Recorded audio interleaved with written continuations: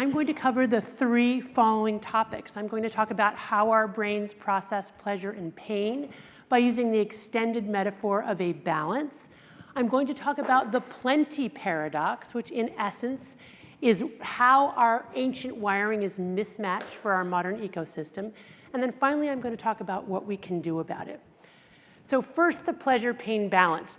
Very exciting findings in neuroscience in the past 75 years, and one of those important scientific findings is the discovery of a dedicated pleasure circuit in our brain called the reward pathway, as well as the discovery of dopamine as a human brain neurotransmitter. Now, dopamine is not the only neurotransmitter involved in the experience of pleasure, reward, and motivation, but it is the final common pathway for all reinforcing substances and behaviors. The more reinforcing something is, the more dopamine it releases in the pleasure or reward pathway, and the faster that dopamine is released. This slide represents a conglomeration of many different studies done over the years, showing how rodents respond to different types of rewards. So we all are releasing dopamine at a tonic baseline level, kind of like the heartbeat of our brain. Now, when a rodent ingests chocolate, that firing increases 55% above baseline, sex 100%, nicotine 150, cocaine 200, and amphetamine 1,000% above baseline. That doesn't necessarily mean that amphetamines are more addictive than chocolate because it depends on the individual. What releases a lot of dopamine in your reward pathway may not release as much in my reward pathway and vice versa. So how do we process pleasure and pain? We reflexively approach pleasure and avoid pain. We don't need to think about it. In fact, we need to think about the opposite. And one of the really exciting findings in neuroscience, to me anyway, is that pleasure and pain are co-located in the brain. So the same parts of the brain that process pleasure also process pain, and they work like opposite sides of a balance. Imagine that in your reward pathway, there's a teeter-totter like in a kid's playground. When you do something pleasurable, it tips one way, and when you do something painful, it tips the other. But there are certain rules governing this balance, and I'm going to tell you 3 of them. The first and most important rule is that the balance wants to remain level, or what neuroscientists call homeostasis, so that with any deviation from neutrality, our brains will work very hard to restore a level balance. How do they do that? First, by tilting an equal and opposite amount to whatever the initial stimulus is. That's called neuroadaptation. I like to think of that as these neuroadaptation gremlins hopping on the pain side of the balance to bring us level again. But those gremlins like it on the balance, so they don't get off as soon as we're level. They stay on until we're tilted an equal and opposite amount to the side of pain. That's that moment of wanting a second piece of chocolate or wanting to watch one more TikTok video. Now, if we wait long enough, those gremlins hop off and homeostasis is restored. But what if we don't wait? What if we continue to ingest our drug of choice over days to weeks to months to years? Those gremlins start to multiply. And pretty soon we have enough gremlins on the pain side of the balance to fill this whole room. And then we are entering addicted brain. And this is what addicted brain looks like. Those gremlins are now camped out on the pain side of our balance, tents and barbecues in tow. Now we need our drug of choice not to feel pleasure, but just to level the balance and stop feeling pain. To illustrate this graphically, what we see is that with the initial exposure to a high dopamine reward, we get a huge increase in dopamine, followed by precipitous fall in dopamine levels, not just to baseline, but actually below baseline to that dopamine deficit state. That's that moment of craving. That can happen even while we're eating the piece of chocolate, right? We're already thinking about the next one. But if we resist, those gremlins hop off and dopamine levels go back up to our baseline level position. But if we continue to ingest, what we find is that with repeated exposure to the same or similar reinforcing stimulus, that initial spike upwards gets shorter and weaker, but that after response gets stronger and longer, and eventually we can end up in a chronic dopamine deficit state. That is addiction. This is an image from a very famous study by neuroscientist Nora Volkoff, who's the head of NIDA, and her colleagues. And what you see here is the brains of healthy control subjects on the left-hand side Red represents dopamine transmission. And you see in their nucleus accumbens or the reward pathway, there's plenty of red there, right? Good, healthy dopamine transmission. Now you have on the right-hand side the brains of individuals who have been using addictive substances for very long periods of time and stopped 2 weeks prior to this image. And you see very little dopamine transmission. They are in a chronic dopamine deficit state. And 2 weeks is importantly not enough to reverse that state. What is long enough? What we find in clinical care is that on average it takes about 4 weeks after we've stopped using our drug of choice, whether it's heroin or meth or TikTok or chocolate or, in my case, romance novels. Twilight was my gateway drug. Anyone else in here? Before we can restore those baseline levels of firing. Okay, so you've got the first 2 rules. The first rule is the opponent process mechanism. The way that we restore the balance is first by tilting an equal and opposite amount to the side of pain. That means for every pleasure, we pay a price. The second rule of the balance is that with repeated exposure to the same or similar drug, that initial deviation upward gets weaker and shorter, and that after response or the dopamine deficit state gets stronger and longer. The third rule of the balance: our brains remember. They remember forever, which means even those gremlins, once they've hopped off, they're lurking in the wings, eager to hop on again, which is why people with severe addiction can relapse with a single exposure to their drug of choice, even if they have abstained for years and years. It also means that we can be triggered not just by the drug, but by reminders of the drug. So what you see here is a rat that's been trained to know that if it sees a light, it can go to a lever, press it, and get intravenous cocaine, and you can see dopamine levels through that process. Let's just switch to the right-hand side of this graph, and you see a huge dopamine spike in response to cocaine.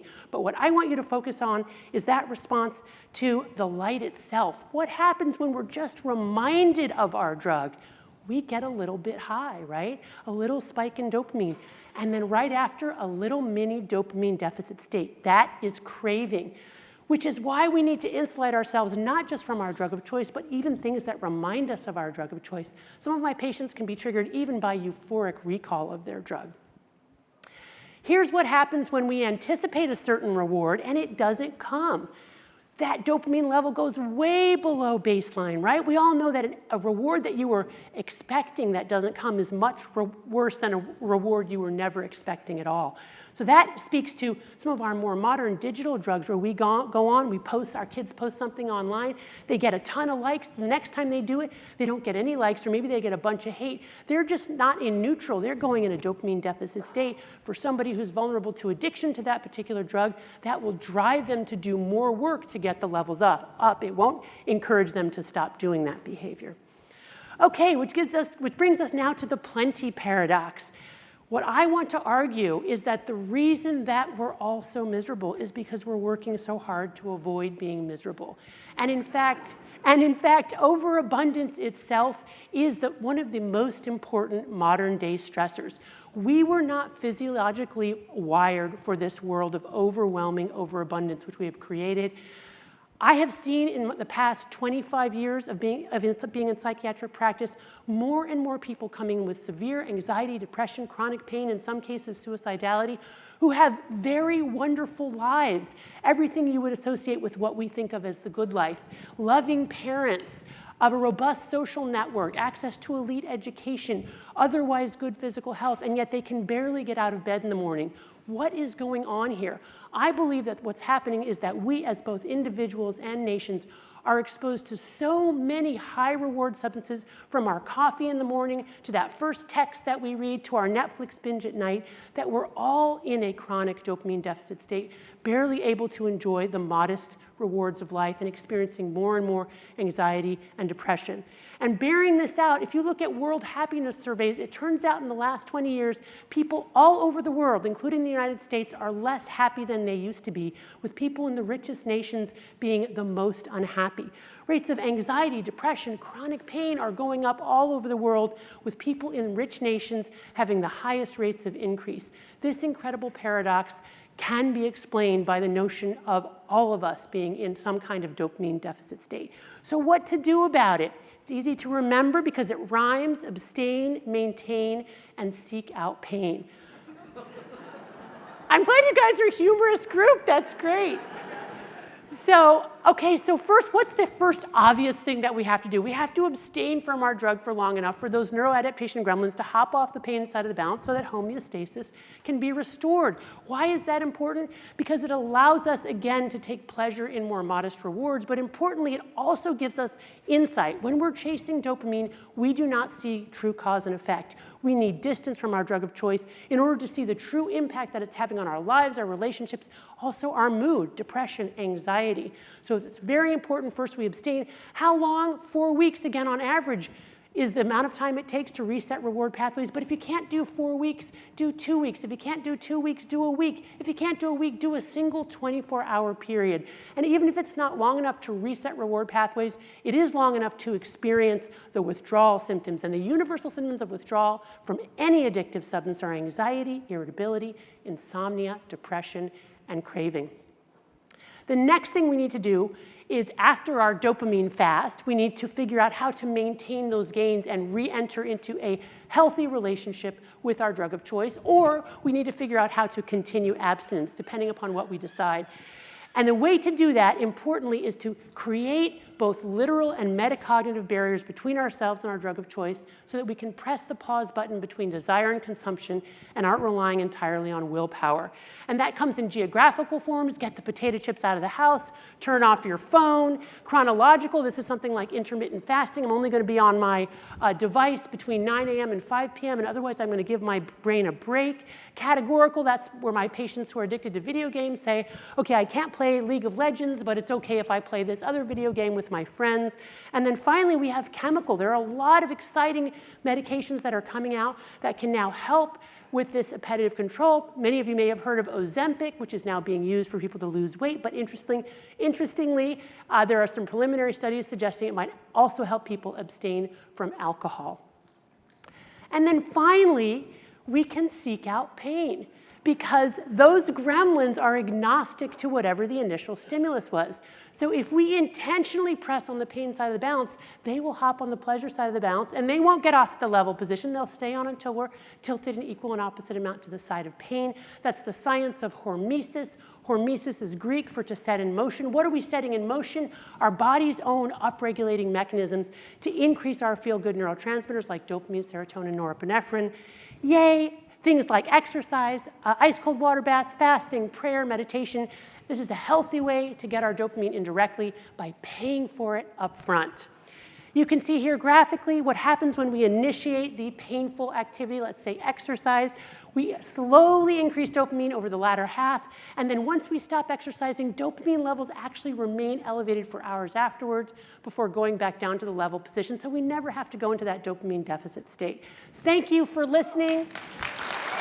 Yay. And I would just,